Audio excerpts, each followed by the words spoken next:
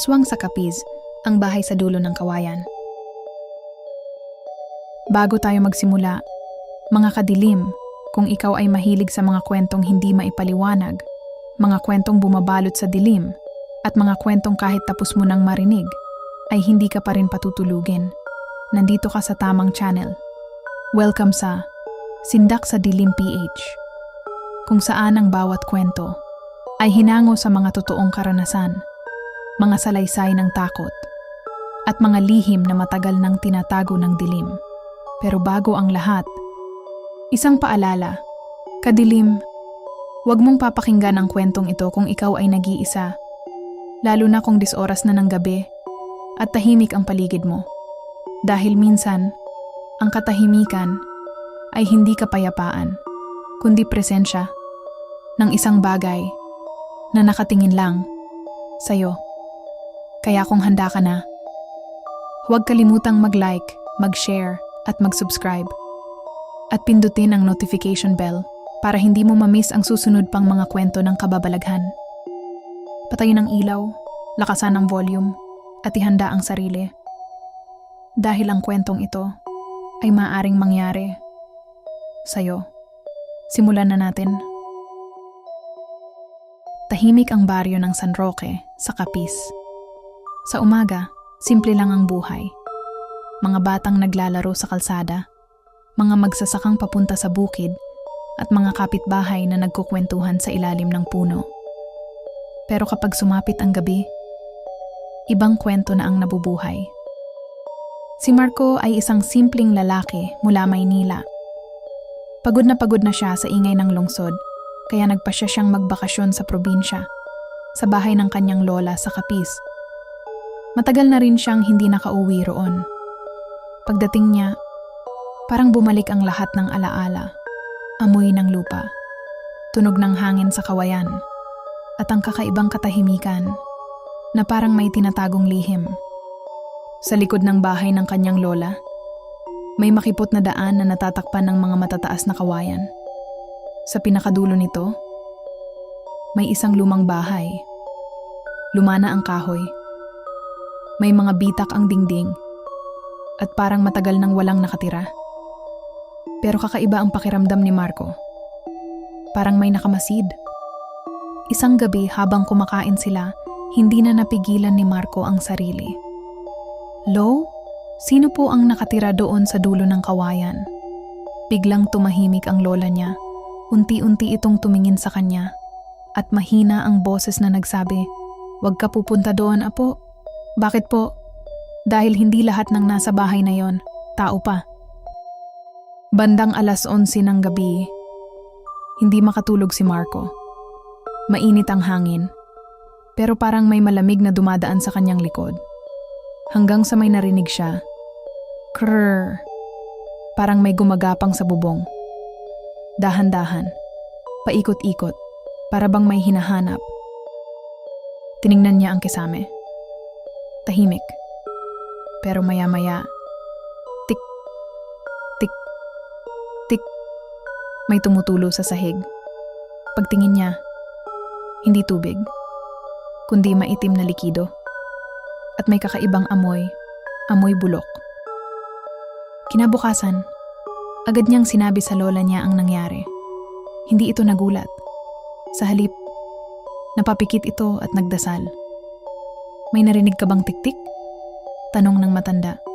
"Opo." Napabuntong hininga ang lola. "Hindi yan ibon, apo. Yan ang tawag nila kapag may aswang na malapit." Sa kabila ng takot, nanaig ang kuryosidad ni Marco. Isang hapon, naglakad siya papunta sa dulo ng kawayan. Tahimik ang paligid. Walang hangin, walang ibon, parang patay ang lugar. Paglapit niya sa bahay, nakita niyang bahagyang bukas ang pintuan. Sumilip siya.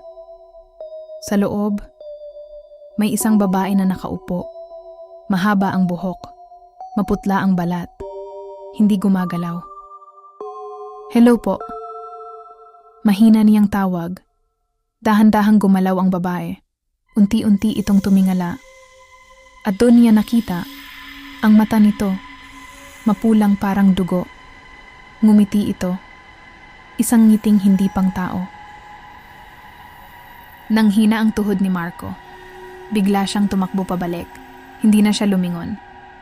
Pakiramdam niya, may sumusunod sa kanya. Gabing iyon, mas malakas ang tunog sa bubong. Krrr, krrr. Biglang may bumulong sa kanyang bintana. Marco. Napatingin siya. May mukha sa labas. Baliktad. Nakadikit sa bubong. At nakangiti. Sumigaw si Marco at tumakbo papunta sa lola niya. Pero bago pa siya makalapit, may bumagsak sa likod niya. Isang nilalang. Mahaba ang dila, maitim ang mata, at parang gutom na gutom. Agad kumuha ang lola ng bawang, asin, at langis. Ibinato niya sa nilalang. Bigla itong umatras. Sumigaw. Isang sigaw na parang nanggaling sa impyerno. At tumalon palabas ng bahay. Kinabukasan, parang walang nangyari. Pero sa bubong, may bakas ng mahahabang kuko. At sa sahig, may tuyong dugo. Ayon sa lola niya, ang babae sa dulo ng kawayan, dati raw normal na tao. Tahimik, mabait. Hanggang sa isang gabi, may nangyari. At simula noon, hindi na siya bumalik sa pagiging tao. Bago umalis si Marco sa kapis, sinabi ng lola niya, hindi lahat ng aswang halimaw agad. Minsan, tao sila, na tuluyang nilamon ng dilim. Hanggang ngayon, may mga nagsasabi, kapag gabi sa kapis, at narinig mo ang tik-tik, huwag kang lilingon, huwag kang lalabas, at higit sa lahat, huwag kang magpapakita. Dahil baka, ikaw na ang susunod na hanapin. Maraming salamat sa panonood hanggang dulo. Mga kadilim, sa kabila ng takot, pinili mong tapusin ang kwento. Ibig sabihin, matapang ka. Salamat sa oras mo, sa suporta mo, at sa patuloy mong pagsama sa bawat kwento ng kababalaghan dito sa channel na ito. Sa mundong puno ng ingay at problema, naglaan ka ng sandali para makinig, para maramdaman, at para maalala na may mga bagay pa rin na hindi kayang ipaliwanag ng tao. Sana kahit sa simpleng paraan, ang mga kwentong ito ay nagbigay sa iyo ng aral, ingat, at lakas ng loob. Dahil sa bawat dilim na ating kinakaharap, may liwanag pa rin na naghihintay. Kung nagustuhan mo ang kwentong ito, huwag kalimutang mag-like, mag-share, at mag-subscribe, at pindutin ang notification bell para sa mas marami pang kwento. Hindi lang ng takot, kundi ng katotohanan at buhay. Muli, ito ang Sindak sa Dilim PH, kung saan ang bawat kwento ay may iniwang tanong at bawat dilim ay may dalang aral. Mabuhay po tayong lahat, ingat palagi, at magkita-kita tayo muli sa susunod na kwento, mga kadilim.